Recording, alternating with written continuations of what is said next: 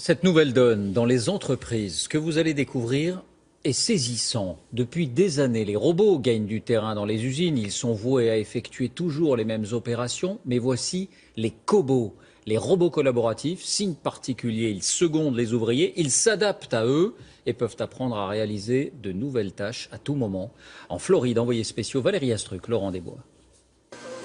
Dans cette usine de Floride, un nouvel employé s'est invité sur la ligne de production. Son nom, Baxter, un visage, un corps et 2 bras. Les bras peuvent travailler ensemble ou en totale indépendance sur 1, 2 ou 3 tâches.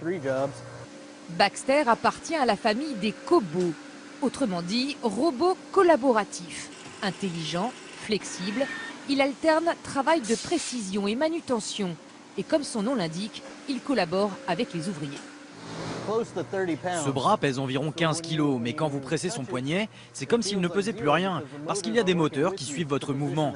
Là par exemple, il y a une pièce qui a été oubliée, alors il lève la main pour signaler à tout le monde qu'il y a un problème à régler. En quelques heures, le cobot peut être reprogrammé pour une nouvelle tâche. Rien à voir avec les traditionnels robots industriels qui répètent inlassablement le même geste, protégés par des grilles pour éviter l'accident. Avec le cobot, plus besoin de protection. Ce robot est sans danger pour la main, l'ouvrier ne risque pas de se blesser. Par exemple, si vous placez votre main là, il va doucement vous toucher, s'arrêter et vous le redémarrez facilement après.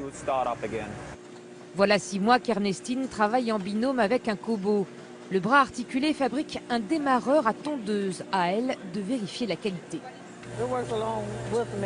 Il est à mes côtés et il m'aide bien dans ce que je fais. On travaille vraiment en équipe. Et pour moi, ça devient plus facile et plus rapide.